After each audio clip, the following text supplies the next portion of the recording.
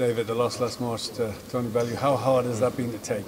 Oh, it's very tough, very tough to take any loss. To Tony Bellew, it was that extra little bit spicy. It just really didn't sit well with me, and I'm just fortunate that I got an opportunity to right that loss.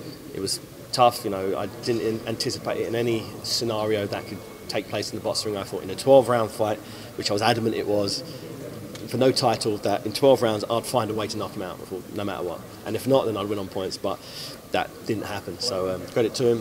But this time round, I'm going to do whatever I need to do to make sure I do get that much needed victory. A very different approach this time. A little bit of humble pie. No doubt, no doubt. You know, I talked big and I failed miserably last time. So can't have that again. I'm focusing all of my attentions on the performance. Focusing all my attention on becoming the very best David Haye I can be, working with a new coach, just trying to make sure that come fight night I'm tip-top, that everything that I've boasted I could do in the past I can actually bring into fruition. You've been there at cruiserweight and heavyweight. Yeah. How can you do it? I can do it by getting back to my best, by focusing on my attributes, what I do well, what I don't do very well, and just being realistic about my physicalities, and knowing the injuries that I've had, how I work around those injuries. Because in the past maybe I just assumed just getting in the ring I could just land some shots and win the fight. But as you get to, I'm 37 years old, I'm sure when did you give up? Yeah? Me, I give up in '93. How was you? How old was you?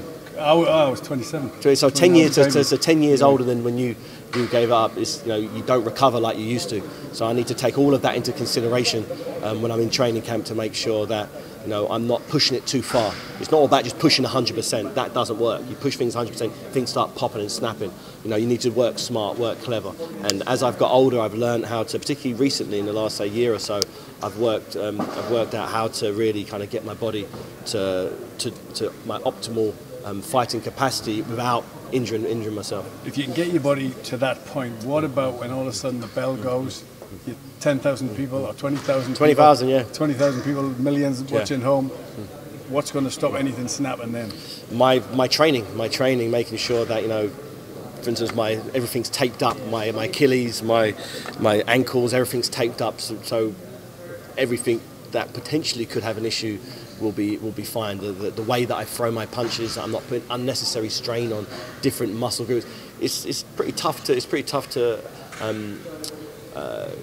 train in a different manner to which I've always trained before, but that's all about experience, all about learning. It's all about knowing myself and having a team around me who adapt training processes to my physical capabilities. David.